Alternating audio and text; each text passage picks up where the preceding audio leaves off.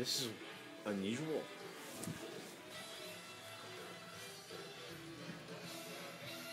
How you doing? All right, that rings a bell. Yeah, welcome to the show. Were you on that original? The Honey Drippers, yes. Yeah. I did that with Robert, yes. The Honey Drippers thing. We did it very quickly. When you began your professional music career, you were pretty much a kid, right? Yeah. How old? I was 14 and a half, semi-pro. And then What kind of stuff were you doing as a semi-professional? we were trying to sound like we came out of Chicago, you know. And it's a bit difficult in Worcestershire. I see you were using some of our sauce earlier on. Thank you. Yeah, but yeah, you know, the whole thing about British music is that we've always looked across the pond.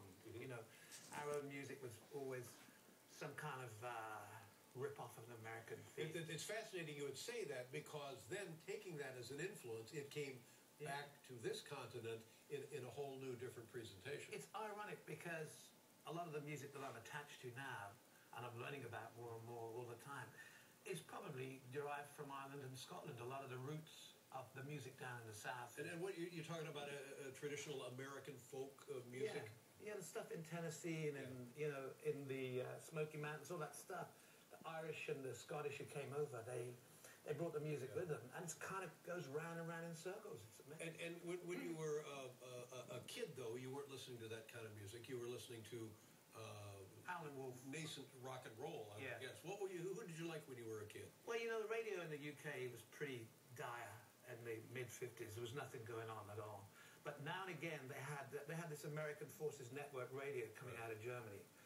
And if you were lucky, you'd hear Muddy Waters or Little Richard or something coming through the waves, the airwaves, and that was spectacular. Yeah. And I mean, the whole British pop culture was still celebrating just that post-war kind of stuff, you know, the kind of crooners, and bit by bit we started sort of miming rock and roll and, you know, trying to get it right. But we never really got it. We had our own stars. We had our mini Elvis guys and all that sort of thing. But And when you responded to that kind of music, did you respond to it because it reached something in you, or it was just exotic and coming out of the ether and from a whole different country you knew nothing about?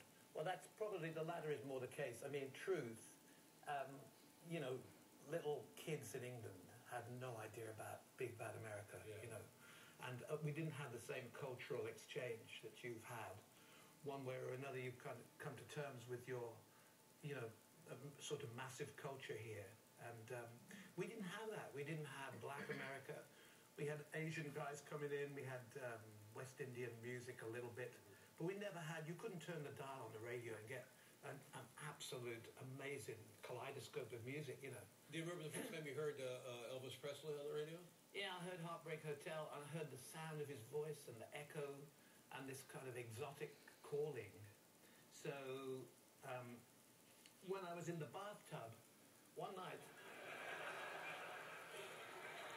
it didn't take long.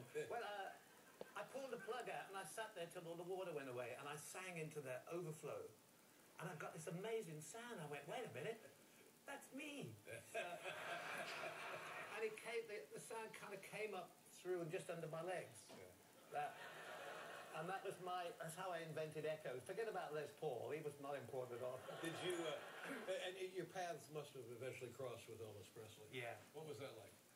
Well, spectacular for us, you know, absolutely amazing. He was involved with the same agents that we had at the time in the 70s, and he wanted to know who this bunch of guys were who was selling tickets quicker than him. And we wanted to know who we were too. And so he played the Forum in LA, and I'd seen him a couple of times. I was really so in awe of him as a singer. And I loved the way he could send himself up, you know. I mean, when you've been doing, you know, we're one-trick ponies singers generally, if you can't see the humour in it, and he did.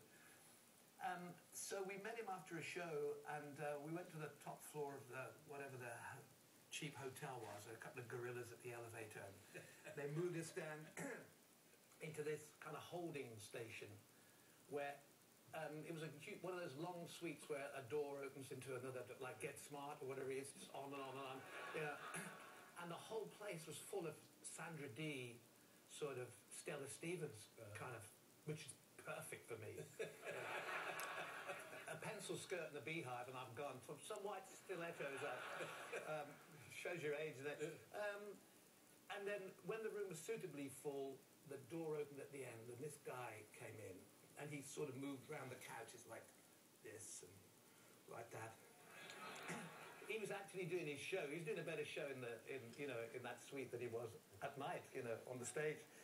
And we talked for about an hour and a half. And really? But the amazing thing is that it was so natural, and it was so funny. And there was a rapport right there immediately. Yeah. And of course, music was the key again. Did you explain to him what his music and what he represented had meant to you? Absolutely, yeah.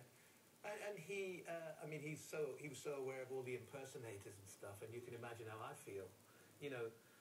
Through the 70s, everybody took their shirt off, but they just didn't have the right chest.